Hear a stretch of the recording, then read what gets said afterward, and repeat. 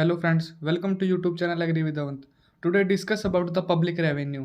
Means जो हमारी governments हैं वो कैसे रेवेन्यू को जनरेट करती हैं इसके बारे में हम आज डिस्कस करेंगे.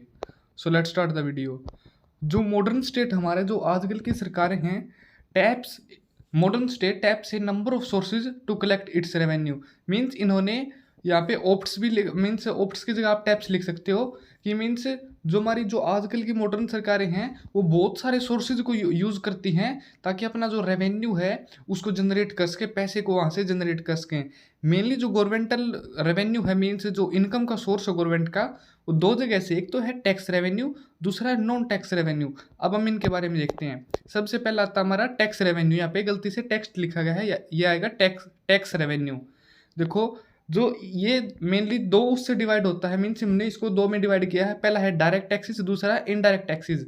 डायरेक्ट टैक्सेस मीन्स किसी व्यक्ति के ऊपर, किसी पर्सनल इंडिविजुअल के ऊपर, कंपनी के ऊपर या फर्म के ऊपर जो डायरेक्ट लगने वाला टैक्स होता है. मीन्स हम बोल सकते हैं जैसे डायरेक्ट उसके अकाउंट में से जो डिडक्ट होता है वही हमारा डायरेक्ट टैक्स होता है. जैसे इनकम टैक्स है, जैसे 5 से 10 लाख रुपए कमाने वालों के ऊपर गवर्नमेंट ने 20% टैक्स लगाया है, वो 20% टैक्स किस स्लैब में आते हैं. इसका मतलब अगर वो 10 लाख रुपए कमाते हैं तो उनका 2 लाख रुपए उनका सालाना में वो क्या कट जाएगा, वो टैक्स कट जाएगा गवर्नमेंट के लिए. ठीक है, वो हमारा क्या हो गया, इनकम टैक्स हो गया. इसी तरह वेल्थ टैक्स हो गया, गिफ्ट टैक्स हो गया या फिर कोई एक्सपेंडिचर टैक्स हो गया. ये सब हमारे डायरेक्ट टैक्सेस के एग्जाम्पल हैं.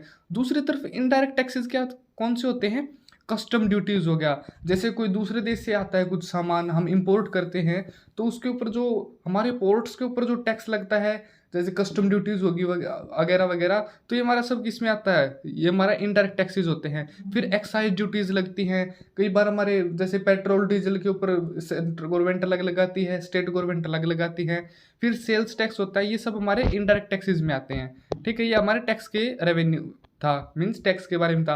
अब है नॉन टैक्स रेवेन्यू. मीन्स जो पब्लिक अंडरटेकिंग होते हैं, जो पब्लिक अंडरटेकिंग, ये गोल्ड नहीं आएगा यहाँ पे, जो public it is derived from public undertakings prices and other miscellaneous receipt. Means जो पब्लिक के जो प्राइसेस से रिलेटेड होते हैं उनके अंदर ये काउंट होता है, और साथ में कोई छोटा मोटा मिसलिनियस रिसिप्ट हो गया, ये वगैरह काउंट होते हैं इसमें. साथ में इसमें क्या होता है, जो छोटे टर्म के लिए जो लोन उठाती है सरकार, या फिर लॉन्ग लॉन्ग टर्म के लिए उठाती है, खुद की पब्लिक से भी उठाती है जो लोन, या फिर वर्ल्ड बैंक, IMF या इंडिया कई बार एशियन डेवलपमेंट बैंक से, इन सब से लोन उठाता है, वो हमारा किस में आता है, वो नॉन टैक्स रेवेन्यू से आता है. मीन्स गवर्नमेंट डायरेक्ट आपसे टैक्स नहीं ले रही है, लेकिन वो क्या कर रही है, वो कहीं से लोन ले रही है, या फिर कोई छोटा मोटा, जैसे हमारा क्या होता है, ट्रिब्यूटिव्स होती है, या फिर फीस होती हैं, स्पेशल असेसमेंट होती हैं.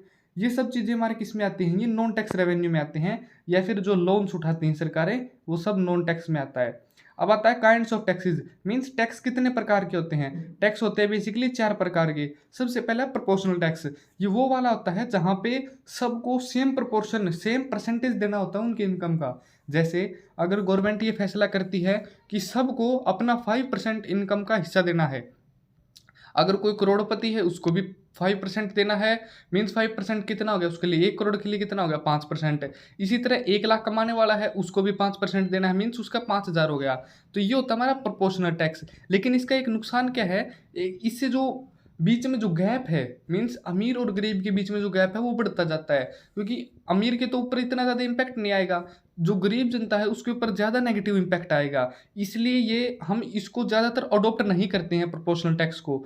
हम प्रोपोर्शनल टैक्स का एक मॉडिफाइड वर्जन क्या है, प्रोग्रेसिव टैक्स है. इसके अंदर क्या होता है, जो ज़्यादा इनकम कमाने वाले लोग हैं उनके ऊपर ज़्यादा टैक्स लगता है लोअर इनकम वालों के बजाय. इसी तरह आपने देखा होगा जो मिडिल क्लास है उसके ऊपर कम टैक्स लगता है, जो अपर क्लास है या अपर मिडिल क्लास है उसके ऊपर ज़्यादा टैक्स लगता है, वो ज़्यादा टैक्स स्लैब में आते हैं. जैसे 5 से 10 लाख कमाने वालों का लगभग वो 20% के स्लैब में आते हैं करंट सिचुएशन में. और जो 10 लाख से ऊपर कमाने वाले हैं वो कौन से में आते हैं, वो 30% स्लैब में आते हैं. मीन्स जो ज़्यादा कमा रहा है उसके ऊपर ज़्यादा टैक्स लग रहा है. और जो इंडिया कंट्री है उसने प्रोग्रेसिव टैक्स को ही अपनाया है, क्योंकि यही सबसे अच्छा टैक्स का सोर्स है, मीन्स टैक्स का काइंड है ये. फिर हमारा आता है रेग्रेसिव. ये बिल्कुल मीन्स हम कह सकते हैं घटिया टाइप का है। क्यों? इसके अंदर क्या होता है, जो पुअर से ज़्यादा टैक्स ले रहे हैं हम, रिच के ऊपर टैक्स नहीं लगा रहे। ये होता है हमारा रिग्रेसिव टैक्स, और ये ज़्यादातर कोई भी गवर्नमेंट इसको अपनाती नहीं है, क्योंकि इससे जो पहले जो गरीब जनता है उसके ऊपर बहुत ज़्यादा नेगेटिव इम्पैक्ट पड़ता है। ठीक है? फिर हमारा आता है डिग्रेसिव, मीन्स इसमें क्या, अब देखो हमारा आता है डिग्रेसिव टैक्स। इसके अंदर क्या होता है, जैसे जैसे किसी व्यक्ति की, किसी इंडिविजुअल की या किसी फर्म की इनकम बढ़ती जाती है, उसी हिसाब से लगभग जो टैक्स है उसमें धीरे धीरे हम बढ़ोतरी करते चले जाते हैं। ये हमारा डिग्रेसिव टैक्स होता है। ऐसा ज़रूरी नहीं होता कि अगर मान लिया 10 लाख रुपए इनकम बढ़ गई तो 5% के हिसाब से बढ़ेगा, नेक्स्ट वाले 10 लाख पे फिर 5%, ऐसे नहीं होगा। मीन्स कोई फिक्स नहीं होता है, लेकिन इनकम के हिसाब से धीरे धीरे हम बढ़ाते रहते हैं उसको। ये हमारा डिग्रेसिव है। 4 टाइप के थे। प्रोपोर्शनल मीन्स डायरेक्ट आपको अपनी इनकम का एक हिस्सा देना होगा सभी को बराबर, ये हमारा प्रोपोर्शनल है। प्रोग्रेसिव मीन्स ज़्यादा इनकम वालों के ऊपर ज़्यादा है, कम इनकम वालों के ऊपर कम टैक्स है।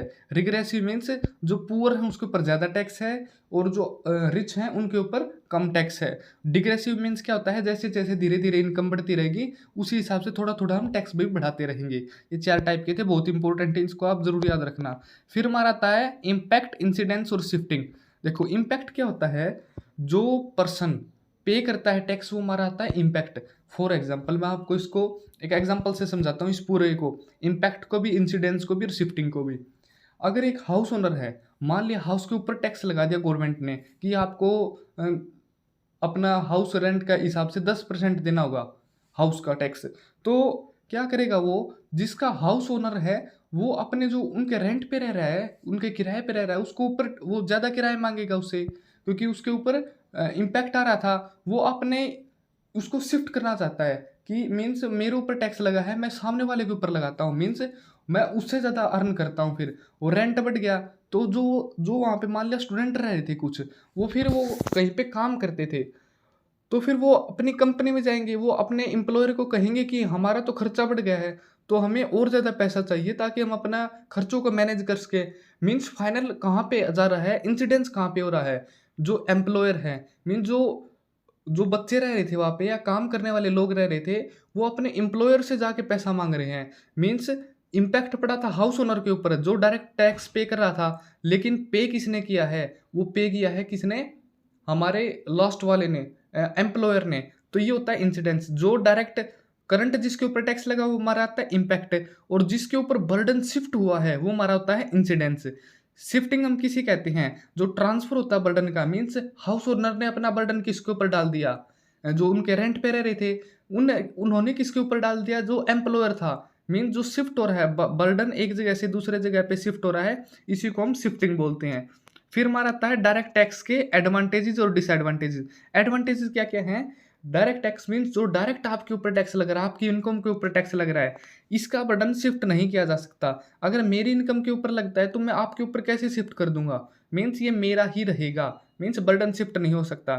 दूसरा क्या एडवांटेजेस का, कि cost of collection direct taxes की बहुत कम होती है। जैसे डायरेक्ट मेरे अकाउंट से मैंने चार्जशीट वहाँ पे फाइल की और मेरे अकाउंट से मान लिया 2 लाख रुपए कट गए, तो वो हमारा क्या है, वो मीन्स सरकार को कोई इतना ज़्यादा खर्च नहीं हो रहा, उसका एडवांटेजेस है। मीन्स एक खासियत क्या होती है, टैक्स वो सबसे अच्छा होता है जहाँ पे लोगों को भी फायदा हो और गवर्नमेंट को फायदा हो, मीन्स उसको इकट्ठा करने में ज़्यादा खर्चा ना आए, ये एक अच्छी बात होती है टैक्स की हमेशा। तो ये दूसरा एडवांटेज है। और तीसरा क्या है, it leads large revenue to the states, means ये सरकारों के खजाने भरने का काम करता है बड़े लेवल पर, मीन्स हमारी सरकारें बड़े स्तर पर पैसा कमाती है डायरेक्ट टैक्स से। फिर आते हैं इसके डिसएडवांटेज मीन्स नुकसान, it pinches the pair and दस वेरी इनकन्वीनियंट। मीन्स क्या होता है, इससे दुख बहुत जाता है। मान लिया आप पे करते हैं या फिर कोई भी पे करता है, अगर उसकी जो उसने मेहनत से जो पैसा कमाया है अगर वो उसको सरकार को देना पड़े, अगर वो 15 लाख कमाता है उसका उसको 30% देना पड़ता है गवर्नमेंट को, तो उससे दुख बहुत होता है, इसलिए हम इसको इनकन्वीनियंट मानते हैं। ठीक है। और साथ में क्या होता है, कई बार जो लोग होते हैं वो फॉल्स रिटर्न सबमिट कर देते हैं अपनी इनकम का, ताकि वो टैक्स से बच सके, मीन्स धोखाधड़ी करते हो गवर्नमेंट के साथ। तो ये इसका मेन नुकसान है। ठीक है। ये हमारा एडवांटेज और डिसएडवांटेज हो गया किसके, हमारे डायरेक्ट टैक्स के।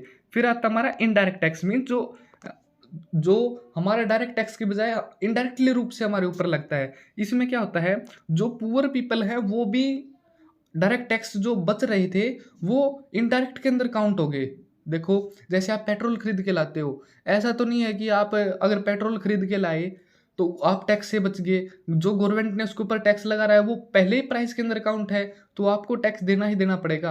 अगर आप डायरेक्ट टैक्स में नहीं काउंट हो रहे थे, तो इनडायरेक्ट टैक्स में गवर्नमेंट आपसे भी पैसा ले रही है, ठीक है? और इसलिए ये टैक्स पेयर और स्टेट मीन्स जो टैक्स दे रहा है और जो स्टेट मीन्स हमारी गवर्नमेंट जो पैसा ले रही है, दोनों के लिए कन्वीनिएंट है, मीन्स दोनों के लिए अच्छा है ये। साथ में इससे हम इवेडेड नहीं कर सकते, मीन्स ये प्राइस में पहले जुड़ के आ रहा है। जैसे आप कपड़ा खरीदते हो मार्केट से, अगर 1000 रुपये का आपने कोई कपड़ा खरीदा, तो उसके ऊपर पहले मान लिया गवर्नमेंट ने 200 रुपये टैक्स लगा रखा था, तो वो आपको 1000 रुपये का ही पड़ेगा और आपको वो टैक्स पहले ही दे दिया है। मीन्स वो प्राइस के अंदर ही जुड़ के आ रहा है, आप उससे बच नहीं सकते। ये इसका फ़ायदा है। मीन्स जो लोग इनकम टैक्स से बच जा रहे थे, क्या वो अब इससे बच सकते हैं? कोई भी नहीं बच सकता इससे। इससे पुअर भी काउंट होंगे, इसमें रिच भी काउंट होंगे, क्योंकि वो प्राइस में जुड़ के आ रहा है। डिसएडवांटेज क्या है, नुकसान क्या है इसके? It is not equitable, means ये अच्छा नहीं, मीन्स एक बराबरी का नहीं लाता है, क्योंकि गरीब जनता के ऊपर भी ज़्यादा टैक्स लगता है। जैसे पेट्रोल अगर दाम बढ़ता है, तो जो रिच पीपल उनके ऊपर तो इतना ज़्यादा इम्पैक्ट नहीं आएगा, क्योंकि उनके पास बहुत पैसा है। लेकिन जो गरीब जनता है उसके ऊपर एक नेगेटिव इम्पैक्ट आता है, महंगाई बढ़ती है, इन्फ्लेशन बढ़ती है, मीन्स ये इक्विटेबल नहीं है। और साथ में कॉस्ट ऑफ कलेक्शन इसकी बहुत ज़्यादा हैवी है, वो कंपनियों से चार्ज करते हैं, तो बहुत एक लंबी प्रोसेस होती है, एडमिनिस्ट्रेशन की भी एक लंबी प्रोसेस से गुजरना पड़ता है। इसीलिए टैक्स इकट्ठा करते वक्त गवर्नमेंट को अच्छा खासा खर्चा जाता है। ये इसका एक डिसएडवांटेज है, ठीक है? हमने इनडायरेक्ट टैक्सेस के एडवांटेज और डिसएडवांटेज दोनों देख लिए, ठीक है? ये हमारा वीडियो का एंड। अगर आपको वीडियो अच्छी लगी हो तो लाइक करना, शेयर करना और चैनल को सब्सक्राइब करके जाना। और आपकी इस वीडियो के बारे में क्या राय रही, आपकी क्या ओपिनियन रही, ये कमेंट सेक्शन में बता के जाना। Thank you friends.